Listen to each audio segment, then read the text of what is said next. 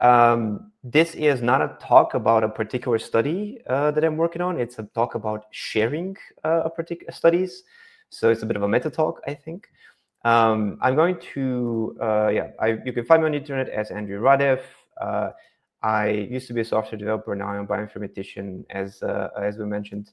And I am working on this project as part of the lab of microbial systems biology at KU Leuven, along with Caroline Faust and Haris Zafiropoulos, who are who originally started and sort of shepherded this project. And I want to talk about why we created this. The reason is that we believe that a lot of scientific papers tend to maybe not quite explain their methodology that well. They don't give enough information to reproduce the results. A literature review shows that about half of these papers that the authors observed don't show figures. They don't provide the raw growth curve data, and that's a problem for collaboration. We believe that we want to have this data for reproducibility purposes. We want to have this data for comparison purposes.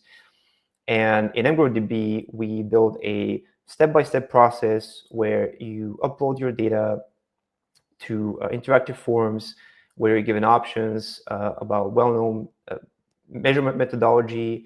This data is then compiled into a data spreadsheet template that you can download and fill in your specific measurements of bacterial growth or metabolites. And to make this as simple as possible, we've also started working on a video tutorial. It is unfortunately incomplete. Like we're still working on the videos. I'm still recording the videos. I just finished the 4th video today, but I haven't quite processed it yet. So this is going to, I'm hoping that in the next few days, I'll be able to finish that sequence that goes through the upload process in its entirety, and you can actually see me do this. And then after I'm done with this, the YouTube channel is hopefully going to be a great home for more videos about the project. Particularly, I would like to demonstrate how we enable you to fit models. We have logistic growth, the logistic model. We have a Barani-Roberts fit. This is powered by an R library called growth rates. And you can do this in your browser. You can pick your particular data traces, pick your hyperparameters and fit this model, and then download the coefficients and continue working with it.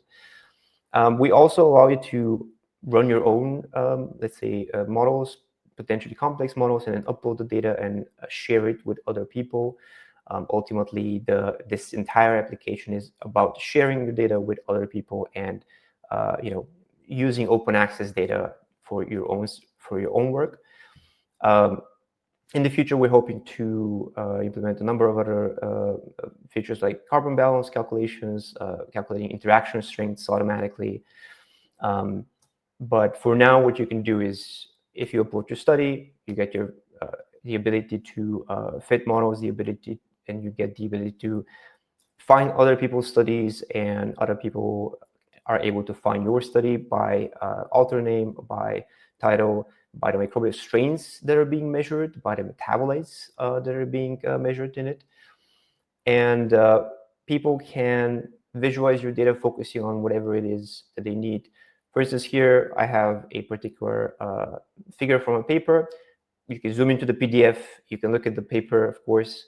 But in the app, you can actually select the particular data traces that you're interested in and focus on the effects that you want to understand better.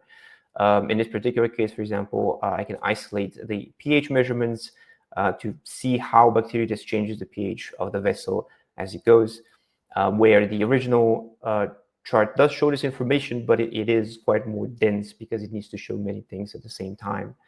And sort of building the forms in the charts interactively can be very, very useful to try to experiment and explore different aspects of the data. You can also do this between studies. You can take other people's studies and try to understand, they use the same, they grew the same strains. Why did they get different results? Was it the medium? Was it the temperature? Was it the pH? Other conditions? And you can compare these and try to build your understanding of this. You can also take the data out. We have an export interface where you can select specific experiments and download them as CSV. You also have bulk exports. This can be very valuable. I honestly prefer just going to a folder and downloading a bunch of zip files with CSVs. That can be sometimes easier as a programmer to explore, just have the data and explore it instead of potentially interfacing and doing this through a GUI. But recently we've been building an API for the service with the help of Lucas Buther and his team, who are building a sister project to our mGrowth Control that works with consumer resource modeling and uses data in mGrowthDB as a source to fit models to it. And this has been very valuable. We believe that this is the great value proposition of open source. The fact that we can reach out and work together with people to clarify the API, to clarify the interface, to build a better project by seeing what other people use it for and can use it for. We would love to have more people, more bioinformaticians, more teams run the project on their own laptops or on their own servers. Experiment, try building new features, or even if not, like see what is missing and come and ask us, come and talk to us and say, we would really love to use your project, but we're hitting this wall, we're hitting this problem. We would love for people to borrow the code and build their own tools or use the APIs. The code is GPL3 licensed, so it's perfectly fine to even just take components of it.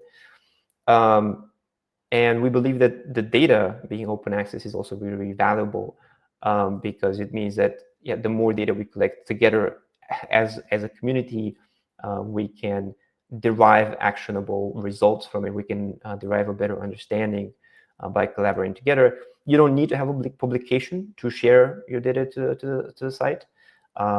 You can, in fact, we would prefer if you upload your data early on, and we'll give you like the submission process gives you a permanent identifier that you can share in your paper so that other people can easily find the data by reading the paper.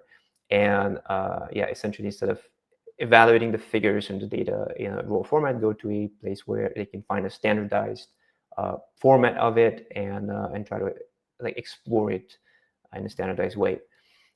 Thank you very much for your time. I've left some links on the slides. Once you download them, to mGrowthDB, to the website itself, to our sister project, mGrowth Control, for modeling purposes, and to the lab of microbial systems biology. We will be happy to take questions from you, take requests from you, probably time allowing, of course, time and funding allowing, as usual. But for now, thank you very much.